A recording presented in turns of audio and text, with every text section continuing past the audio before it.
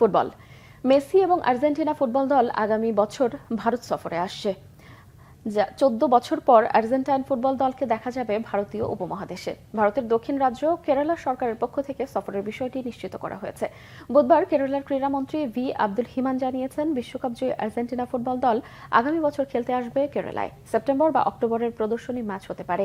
সেই দলে থাকবেন মেসিও। আর্জেন্টিনা সরকার এবং তাদের ফুটবল ফেডারেশন এএফ এর সঙ্গে প্রাথমিক কথাবার্তাও হয়ে গেছে বলে জানিয়েছেন ভি আব্দুল হিমান। মেসিদের আসার খরচ বহন করবে কেরালা সরকার।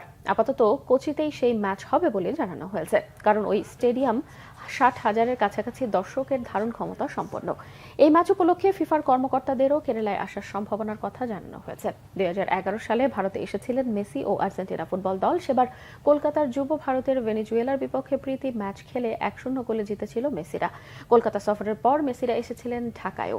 বঙ্গবন্ধু জাতীয় স্টেডিয়ামে নাইজেরিয়ার বিপক্ষে আর্জেন্টিনার জয় ছিল 3-1 ব্যবধানে। বাংলাদেশের কর্মকর্তারা চেষ্টা করলে হয়তো এবারও তাদের ঢাকায় নিয়ে আসতে পারে।